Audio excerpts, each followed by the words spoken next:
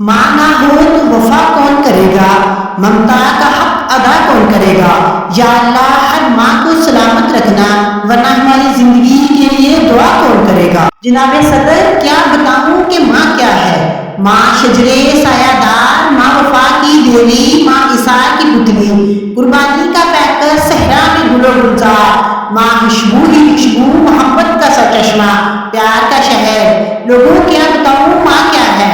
الفاظ کا پیرایا ختم ہو جائے، ماں لفظ کا احاطہ نہ کر پائے۔ صدر ذی وقار، ماں کی ہستی سراپا محبت، ماں کی ذات الفت، ماں کا لہجہ مہربان، ماں رحمت و نعمت خداوندی، عطائے رب ذوالجلال، تحفہ ربانی، ماں کے پیار میں وسعت، ماں کی اظہار میں قربت، ماں کی موجودگی روشنی کا آلہ، ماں کا ہونا ہر سو اجالا۔ جنت نظیر ہے میری ماں، رحمت کی تصویر ہے میری ماں، میں خواب ہوں زندگی کا جس کی تعبیر ہے میری ماں، میں ایک خواب ہوں زندگی کا جس کی تعبیر ہے میری ماں۔ ماں کی عظمت کیا ہے دوستو، یہ تو اس سے پوچھو جس کی ماں نہیں ہے۔ ماں کے بغیر گھر اندھیر نگری ہے، ماں کی گود میں ہے راحت، ماں کی دعاؤں میں ہے برکت، ماں کی دعا جنت کی ہوا ہے، ماں محبت، قربانی، عقیدت کا لافانی اظہار ہے۔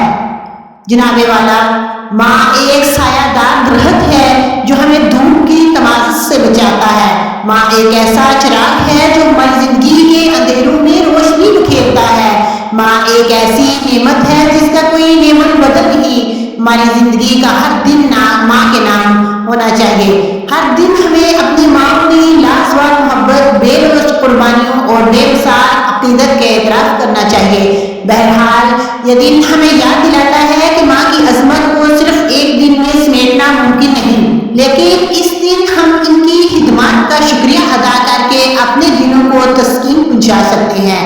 ماں کی محبت ایک ایسی حقیقت ہے جس سے انکار ممکن نہیں، یہ وہ محبت ہے جو ہمیں اس دنیا میں آنے سے پہلے ہی ملنا شروع ہو جاتی ہے۔ ماں اپنے پیٹ میں ہمیں 9 مہینے تک پالتی ہے، اپنی صحت اور آرام کی قربانی دیتی ہے۔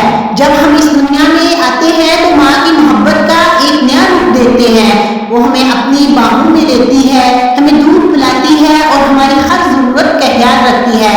ماں کی محبت میں کوئی غرض نہیں ہوتی، کوئی شک نہیں ہوتی، یہ ایک خالص اور بلوث جذبہ ہے جو ہمیشہ قائم رہتا ہے۔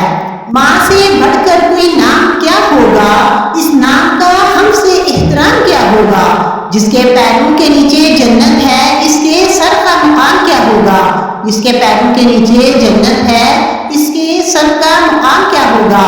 ماں کی آغوش میں جو سکون ہے وہ کہیں اور نہیں، یہ وہ جنت ہے جس کی دنیا میں کوئی مثال نہیں۔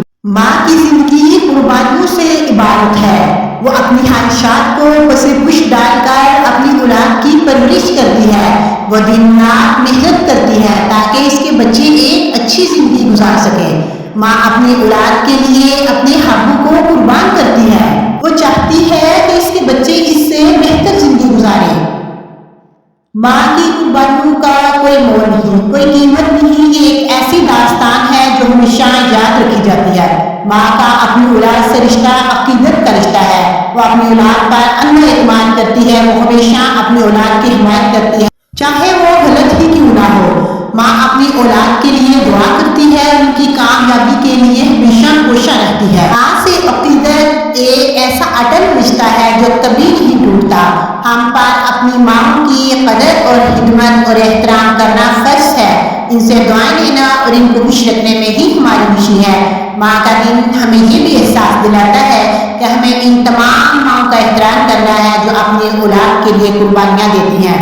ماں کا دن منانے کی ضرورت اس لیے پیش آتی ہے جب ایسی اولادیں ہوں کہ ماں کو اور چھوڑ کر بیٹا غائب ہو جائے، ماں 17 سال سے بیٹے کو ملنے کو ترستی ہو، ہر آہٹ پر چونکے میرا بیٹا ملنے آیا ہے۔